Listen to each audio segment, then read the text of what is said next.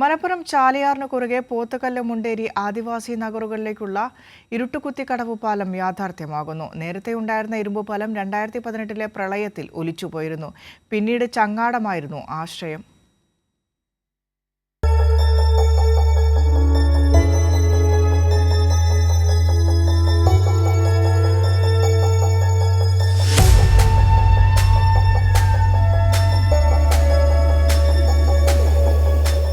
ഈ ചങ്ങാടമായിരുന്നു ഏക ആശ്രയം. പുഴയിൽ കുത്തൊഴുക്കു കൂടുമ്പോൾ നെഞ്ചിടിപ്പ് കൂടും.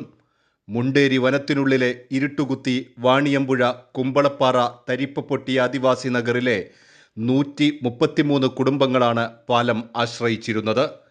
ഇപ്പോൾ ആശ്വാസവും പ്രതീക്ഷയും. പാലം തകർന്നത് 2018 വെള്ളപ്പൊക്കത്തിലാണ്. പിന്നെ അത് കഴിഞ്ഞിട്ട് ഭയങ്കര ബുദ്ധിമുട്ട് തന്നെയാണ്. പുഴയിൽ അക്കരക്ക് ഇക്കരെ കയറാനും ഈ സുഖമില്ലാത്തവരെ കൊണ്ടുപോകാനൊക്കെ ചങ്ങാടം ഉപയോഗിച്ചാണ് കൊണ്ടുപോയത്. കുറേ വർഷമായി പാലം പോയത്. കഴിഞ്ഞാൽ സന്തോഷാവില്ലേ? കുട്ടികൾക്ക് പഠിക്കാൻ പോകാനൊക്കെ എളുപ്പമാകും. പാലം നിർമ്മിക്കാൻ 5.76 കോടി സർക്കാർ അനുവദിച്ചു. ആദിവാസി ജനവിഭാഗങ്ങൾ മാത്രം താമസിക്കുന്ന പ്രദേശങ്ങളിലെ പശ്ചാത്തല സൗകര്യ വികസനം ലക്ഷ്യമാക്കിയുള്ള സ്റ്റേറ്റ് പൈലറ്റ് പദ്ധതിയിലെ ആദ്യ പാലമാണ് ഇരുട്ടുകുത്തിക്കടവിൽ പൂർത്തിയാവുന്നത്. ഈ വിഷയത്തെ വളരെ ഗൗരവമായിട്ടാണ് തുടക്കം മുതൽ കണ്ടിരുന്നത്. ഇനി 130 കുടുംബങ്ങളാണ് ഇവിടെ കഴിയുന്നത്.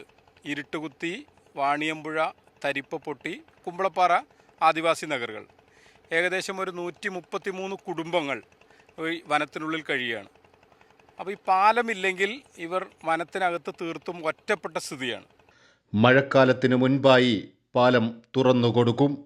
മഴക്കാലമായാൽ മലയോര മേഖലയിലെ 120ഓളം കുടുംബങ്ങളുടെ നെഞ്ചിടിപ്പിനാണ് ഇതോടെ പരിഹാരമാവുന്നത്. മഴക്കാലത്തുണ്ടാവുന്ന വലിയ യാത്രാ ദുരിതത്തിന്, വർഷങ്ങളായുള്ള യാത്രാ ദുരിതത്തിന് ഇതോടെ പരിഹാരമാവും. ക്യാമറാമാൻ ജയേഷ് വില്ലോടിക്കൊപ്പം KT സാലിഹ്, കൈരളി ന്യൂസ്, മലപ്പുറം.